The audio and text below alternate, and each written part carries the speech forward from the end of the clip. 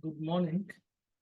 Now we will see the clauses related with shear. So how we will provide shear reinforcement and all this we will see in this. So this totally we have on shear. So we have separate limit state actually. We have limit state of flexure and shear that we are going to consider under collapse. So limit state of collapse, limit state of collapse, and in this we are going to consider flexure and then shear. So now in this page number 72, nominal shear stress is given. So already we are familiar with this. If you remember, in Moss we have shear stresses in beams. Shear stresses in beams.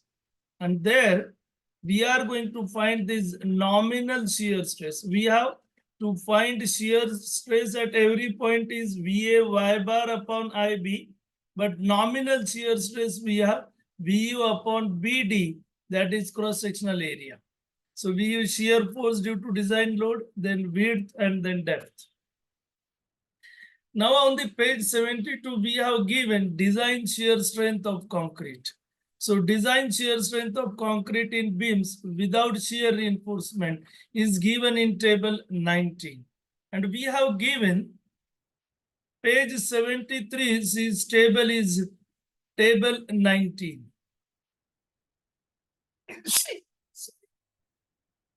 Now here we have 100 AS upon BD, and then here we have concrete grade and value of tau c. So less than or equal to 0.5, we have to take these values, and 3 and above, we have to take these values. So keep in mind, values are given because sometimes they ask question. So what is minimum value of 100 years upon BD? So we have minimum 0.15, and then we have maximum, that is 3%. And generally above this we are not going to provide, and below this we are not going to provide it in most of the cases. Now you may have question. So we have this beam,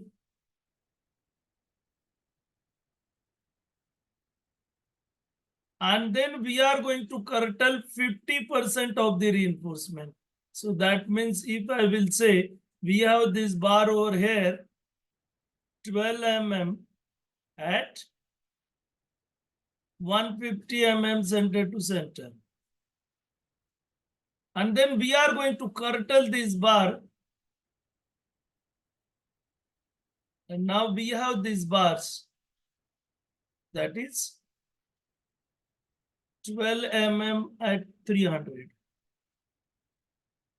Now you have to see where we have curtailed this bar. If this bar's curtailed is at a distance less than D, means I have D over here, and then we have bars curtailed after D, then we have this value is correct. But if bars are curtailed in D, we do not have available these bars, means we are in this fashion, we have only 50% bars are here.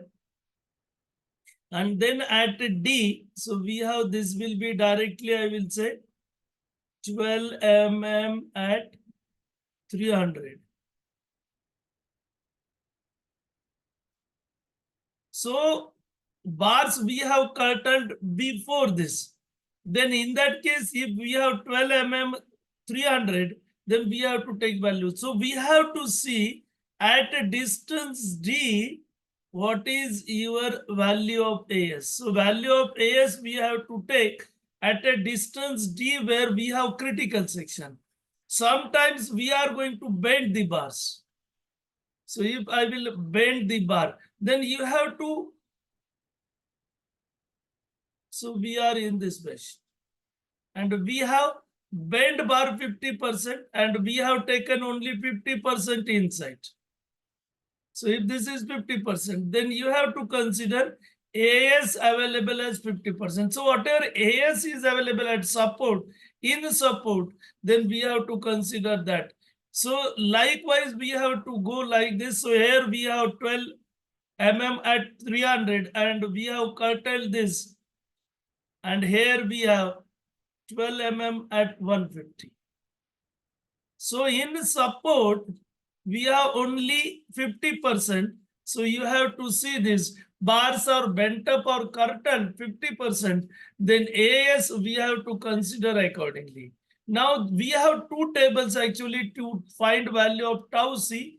One we have table 19 and another we have on page 81 table 23. So you may ask, we have two tables, which will you use? So we are going to use table number 19 because this is for limit state method, and table 23 this is given for working stress method. So we are not going to use this table, we are going to use table 19. Then we have for solid slabs the design shear strength of concrete shall be tau ck. Now in slab we are actually not considering shear reinforcement. So we have not gone through this, but you should know we have taken in footing this criteria, that is slab in footing.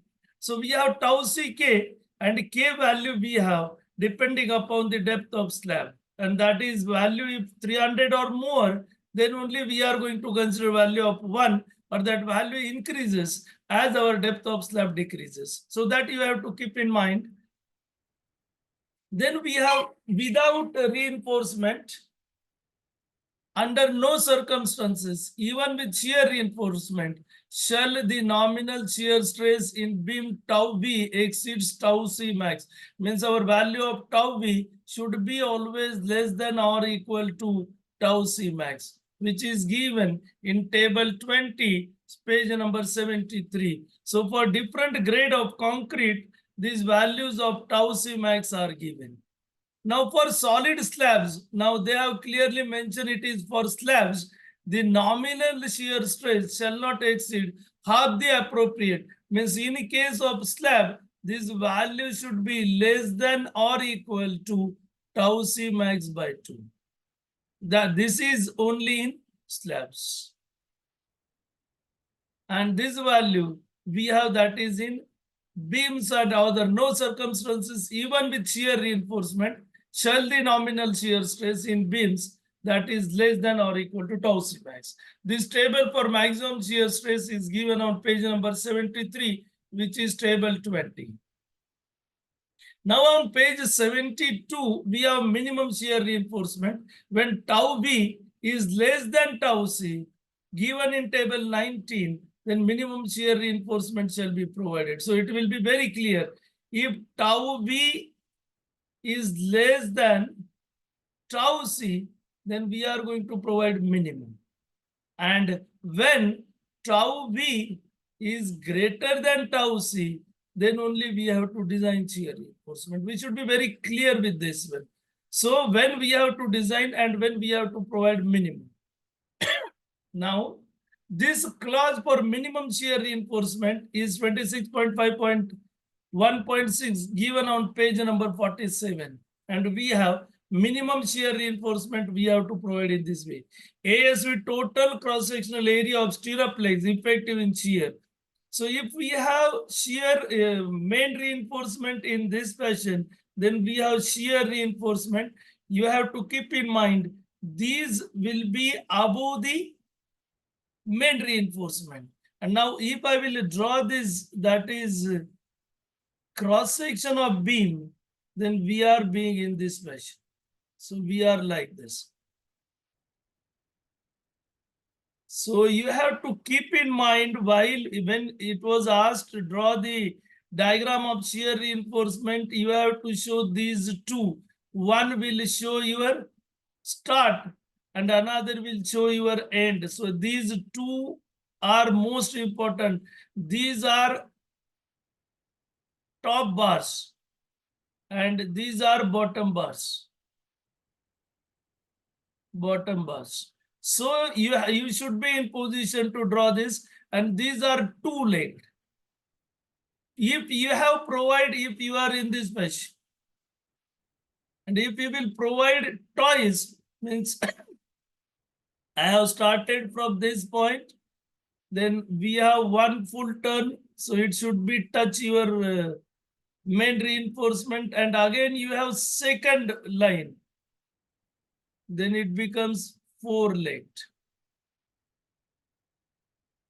So depending upon the requirement, you have to provide this. Now from this, we are interested with SV, and we have as, if it will go on this side, so we have SV should be less than or equal to 0.87 FY ASV divided by 0.4 B. And B ASV area. So if we have two-legged, then area becomes 2 into area of bar. So if it is four-legged, then we have 4 into area of bar. It may sometimes three-legged, and accordingly. So we will not go in detail with this. Maximum spacing. So the maximum spacing for shear reinforcement measured along the axis of the member shall not exceed 0.75 D for vertical stirrups and D for inclined stirrups at 45 degree, where D is the effective depth of the section under consideration. In no case shall the spacing exceed 300 mm. So maximum spacing, we have maximum spacing 0.75 D for vertical stirrups. So this is most important, and in no case it should be greater than 300 mm. Now in case of minimum shear reinforcement, we are considering VUR minimum equal to 0.4 B into D. Actually, this value of SV in this case is considered as D, that is for minimum. For design, we have this value. So we are not going actually for spacing greater than this. So 0.75 D or D, but here this value is considered as D, and this is your value of VUR minimum considered, because 0.87 FIASV, this is force, so we are considering strength, and this value is considered VUR minimum 0.4 D. So likewise, we have to go for this value of minimum or strength of minimum shear reinforcement is given. But we have to keep in mind spacing should be 0.75 D, that will be maximum. Now design shear reinforcement. So when tau V exceeds tau C in given, I already mentioned, when tau V greater than tau C, then we have to provide shear reinforcement. We have three ways. We can provide vertical stirrups, we can provide bent up bar with along stirrups, and third is inclined stirrups. Where bent up bars are provided, their contribution towards shear resistance shall not be more than half that of the total shear reinforcement. Means suppose I have value of VU is 150 kilonewton. 150 kilonewton. Then VU allowed for bent up bars. Bent up bars. And that is only 75 kilonewton, not more than this. Though its strength is much more compared with this 150 kilonewton, then also we are considering maximum, because they have mentioned bent up bars shear resistance not more than half that of the total shear reinforcement. Means whatever required, you can go half of this for bent up, not greater than this. How we will find VU bent up? So we have formula for VU bent up 0.87 FY ASV into sine of alpha. And generally this alpha we are taking 45 degree. What is alpha? So whatever the angle you have, that is of bent up bars. So we have that will be value of alpha. So this we have actually not taken bent up bars. You can tell them we have not taken, but we should know formula how to calculate value of bent up bars. And alpha is generally taken for maximum value of VU bent up. Alpha is taken as 45 degree. Then shear reinforcement we have to design for VU minus tau CBD. Now we will calculate VU. So VU we have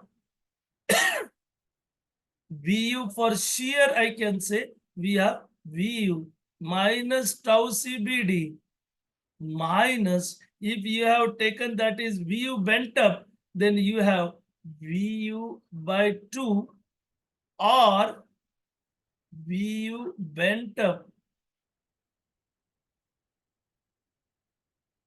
whichever is less. Whichever is less. So generally VU by 2 comes always less. And then we have to take VUS. We have not taken bent up bars, and therefore in our problems we have VU minus VUC, and VUC we have nothing but tau CBT. So you can say we do not have any bent up taken, and we have taken directly like this. Now to design for this VUS, we have this formula VUS equal to 0.87 FIASVD upon SV. And again from this, we are going to find out SV, that is equal to 0.87 FIASV into D divided by VUS. So you can see here they have taken 0.87 FIASV into D.